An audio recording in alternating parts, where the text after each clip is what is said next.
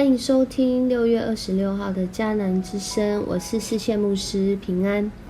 我们今天要继续来分享诗篇73到74篇与生命的视野有关。我们有什么样的生命视野，将会带我们走向哪里？我们是这样认识和相信的吗？英国喜剧演员查理·卓别林，他很会讲笑话，他是喜剧大师，也是喜剧泰斗。他曾经说过人生近看就像一出悲剧，但远看呢，却又像一出喜剧。你的人生是喜剧还是悲剧呢？在一次分享笑话的场所当中，卓别林讲了一个笑话。他一开始讲，大家就开始大笑。后来他又再一次重复的讲了这个笑话，这时候就只剩下几个人笑。然后他又重复，最后讲了一次这个笑话。这一次讲完都没有人笑。然后他就说，如果你不能一次又一次为同一个笑话开怀大笑，那你为何要为同一件事伤心又一次又一次的哭泣呢？那又为什么要为同一件事情一次又一次的生气呢？当我们听见这好像很有智慧哲理的话，回到我们现实的生活里面，我们真的能够只生气一次，只笑一次，只哭泣一次吗？诗人在看见他的环境是如此的需要公义，需要回到他曾经向往或是曾经经历的美好，他的心情真的是荡到谷底。但这个时候他来寻求上主，因为他知道他的心境，他的处境与生命的视野有关。主所赏赐给我们的生命视野是一个什么样的视野呢？今天诗篇73篇25到26节RPG 祷告的经文，诗人真实经历那与上主对话同行的过程，他得出一个结论，说除你之外，在天上我还有谁呢？既有了你，在地上我还要谁呢？我的身心会衰败，但上帝是我的力量，永远是我所需要的一切。诗人真实看见现实的环境，就如我们现在面对社会的议题，国家与国家之间，还有在国内政党与政党之间，更在整个经济的大环境与人心的失落当中，许多人面对到极大的冲突，就是他对生活、对生命的美好想象与实际的情况可谓是悲剧，因为所想象的跟实际所经历的有非常大的落差。就在这当中，诗人甚至愤愤不平，觉得既然这些邪恶当道，看起来都没有受到各一种教训，或者是邪恶好像被上主任凭，他干脆有一个心意，他就跟他们一样好了。然而诗人就在那个即将要跌落的时候，他再一次来到上主的面前。一来到上主的面前，他发现原来邪恶者的结局是在上主的手中。他不再用自己的角度，不再用自己的能力，不再用自己的方法，好像要为上帝说什么话，而是他谦卑下来，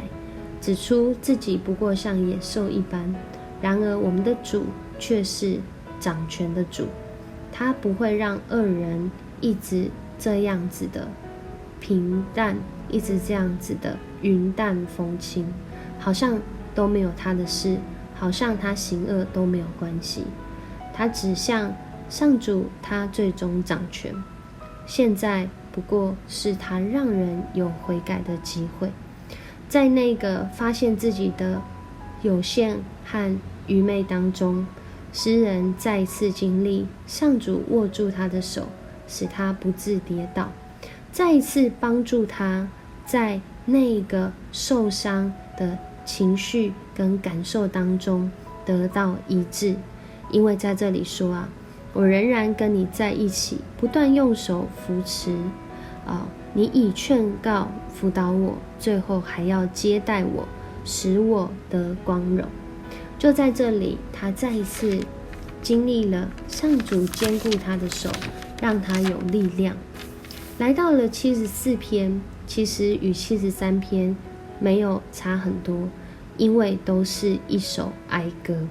而这首哀歌其实跟73篇有很相似的背景，都是讲到当那个国家灭亡之后，人们被掳流离失所，没有自己的国家。但是这位诗人在74篇的这位诗人在这里，他恳求主，因为他想起曾经就是那古时上主按着他做事的法则和次序，让他们经历到上主的拯救，经历到上主是守约施慈爱的，更是经历到上主是公义的主。所以在这个境况当中，他再一次寻求上主的帮助，再一次寻求上主的力量。因为如今他们会经历到这样的结果，其实是因着自己的罪恶，其实是因着整个国家对上主的不敬畏，使他们遭遇因为他们违背了与上主立的约，使他们遭遇其他国家的攻击。然而今天诗人再一次回转向上主，他想起上主过去的做事方式，想起上主过去怎么样按着他的约来守护，来保护，来保守他们，不论是身家性命财产安全，还是他们的心理对上主的相信。他再一次透过祷告来到主的面前。当然他会做这样的祷告，一定是他相信过去所发生的事情，我如今来到你面前，主啊，你必定会救我，你必定拯救我，因为你是不忘记你的约的主。如今的我们在想这一两篇诗篇的时候，